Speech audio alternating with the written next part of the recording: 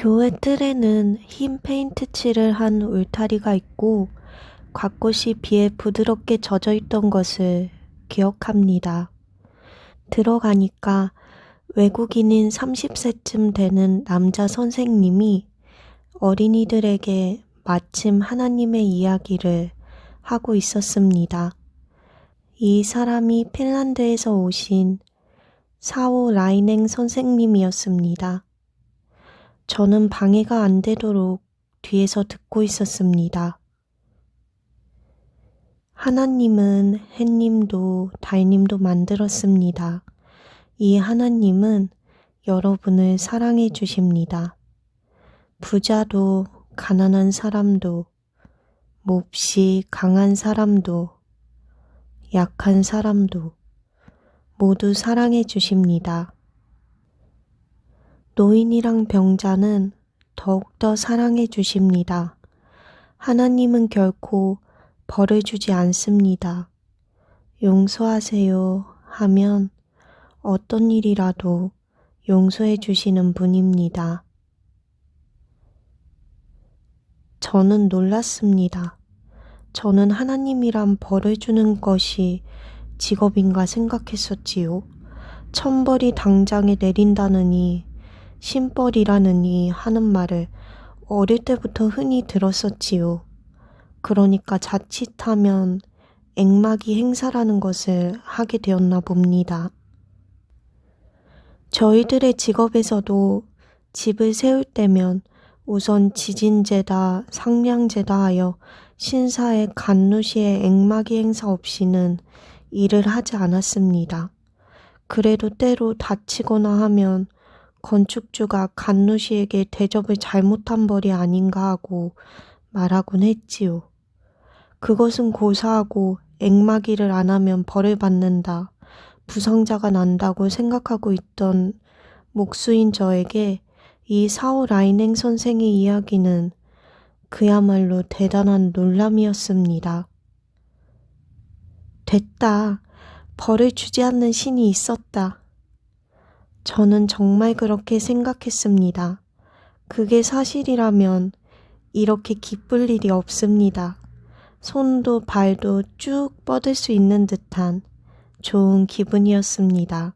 하지만 그렇지 않습니까? 제가 엄마 뱃속에 있을 동안에 아버지는 기둥을 매다가 죽어버렸고 다음 아버지도 죽어버렸습니다. 엄마는 내가 무슨 벌을 받느라고 이런 변을 당하고 있는지 몰라 하고 때로 눈물을 흘리고 있었고요. 남들도 스즈모토의 집은 무슨 벌을 받는 게 아니야? 하곤 했는데 그런 말을 번번이 들어왔으니까요. 여하간에 저는 벌을 주지 않는 그리스도교의 하나님이 마음에 들었습니다. 듣기에 이 세계랑 저희들을 만들어주신 것이 하나님이라는 것이었습니다. 더구나 인간의 잘못이나 죄가를 하나님의 아들 예수님이 혼자서 다 뒤집어 쓰셨다는 것이죠. 자기가 만든 것에 함부로 벌을 주는 일이란 그건 냉혹한 이야기고요. 첫째, 줄거리가 통하지 않아요. 어차피 믿는다면 벌을 주시지 않는 하나님을 믿는 편이 기분이 좋겠지요.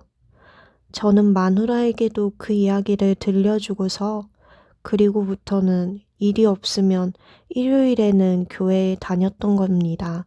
이야기를 들으면 들을수록 제가 살고 있는 세계와는 전혀 다른 세계였습니다. 그리고 저는 예수님이 좋아졌습니다. 달아나면 달아날 수 있는데도 십자가에 달린 것도 내 마음에 들었습니다. 더구나 말씀이죠. 예수님은 무력하지는 않았다는 겁니다. 내가 예수다 라고 한순간 잡으러 온 군인들이 뒤집혀졌답니다. 이건 어떤 사람일까 하고요. 아마도 엄청나게 큰 목소리일 뿐 아니라 마음이 찔릴 듯한 위엄이라 할까? 거룩함이라 할까? 틀림없이 그런 눈에는 보이지 않는 힘을 갖고 있던 분이라고 생각하니 그런 점도 마음에 드는 겁니다. 더구나 무엇보다도 저의 마음에 든 것은 예수님이 저와 같은 직업을 가진 목수였던 일입니다. 그걸 듣고 나서 저는 집을 지을 때 언제나 예수님이 와서 도와주고 계시는 것 같은 생각이 들어서요. 남이 보든 보지 않든 여하간에 그리스도가 저와 함께 일해 주신다. 그렇게 되면 그리스도의 이름을 더럽히지 않는 일을 해야 하지요. 그래서 그 이후로 오늘날까지 저는 남의 눈에 띄는 곳이나 보이지 않는 곳에서도 천정 위에 가려지는 곳에서도 마루밑이 되어 보이지 않게 되는 곳에서도 정성껏 힘을 쏟아 일을 했습니다. 동시에 건축주의 부담이 되지 않도록 되도록이면 싸게 준공시키는 것도 마음에 두었습니다. 원래가 구분일 같은 건 조금 더 하고 싶지 않았던 저지만 예수님과 함께 일한다는 즐거움은 또한 각별하더군요. 그래서 점점 더 본격적으로 예수님의 제자가 되려고 결심했습니다. 즉, 세례를 받는다는 거지요. 여하튼 이렇게 해서 저는 아내랑 아이들과 함께 세례를 받은 겁니다. 그러나 뭡니까? 세례를 받는다는 것은 멋에도 비할 수 없는 기분이더군요. 큰 훈장을 하나님께 받은 것 같은 기쁨이었습니다. 하나님 앞에 아무런 공로도 세우지 않고서도 커다란 훈장을 받은 거와 같은 겁니다. 황송한 이야기입니다.